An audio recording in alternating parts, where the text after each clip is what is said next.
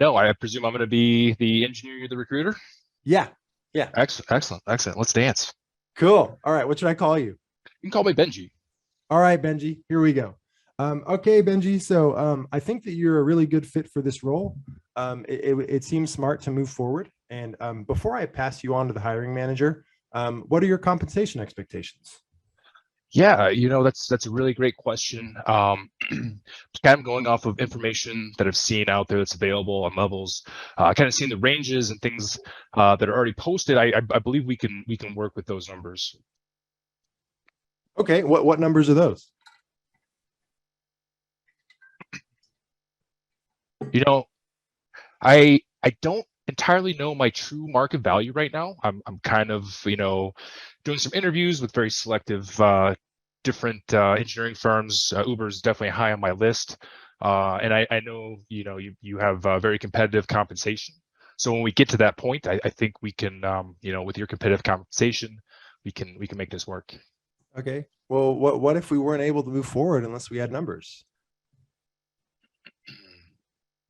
Is that the case? I mean, are we at a stalemate here? It's pretty tough to the hiring manager is going to want numbers, and if I don't have numbers, it might get to that point. So what should I Right. tell them? Tell them that based on the information that I have from Uber, that it works. Like the numbers are they're in line. Okay. Cool. All right. All right. All right. Okay. How was that for you? What do you think? I don't feel like I crushed it. It's always tough to not answer the question because I really want to give them information so they can be helpful to me. But I know that in the whole scheme of things, they're not really looking out for my best interest. They're looking out for Uber's best interest. So it's not my friend out there. It's like this is a negotiation. Right. Well, in my opinion, you checked all the boxes. You did not say a number. You increased my opinion of you. You deflected, and you used a deference. You deferred to Uber. But if I was going to be hard on you, which I might want to, because you're such a likable person, your voice when you came on, you were so relaxed. You're like, "Hey, let's do it, rock and roll." And then we start talking about money, and like your voice got tight, and you kind of talked like slower and softer. So I want to try and experiment with you because you're the first one to go.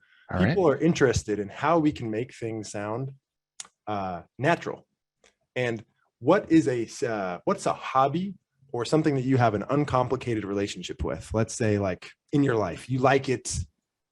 It's about as simple as that. Barbecue. Okay. So tell me something about barbecue. Like I'm your friend, like a recent thing that you've barbecued, something that you want to barbecue. Just talk to me about it. Yeah, Kevin. Oh, so it was great this weekend. I had a buddy visiting from out of town, and he loves the barbecue food just as much as I do. So we bought a big rack of ribs at Costco, got some chicken wings, threw those on the smoker. We're drinking some beers. We're watching college football, just living the dream, man. I want you to talk to me when we talk about money, like you're talking to your friend about barbecue. Let's start right where you are. Hold in your head what it feels like to talk to your friend about barbecue. Don't think we'll do the exact same conversation. Hold that in your hold that picture of you in your head.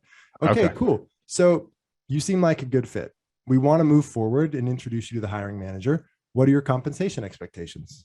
Well, thank you. I appreciate the compliment. I feel like it was a good fit as well. Really looking forward to meeting the hiring manager.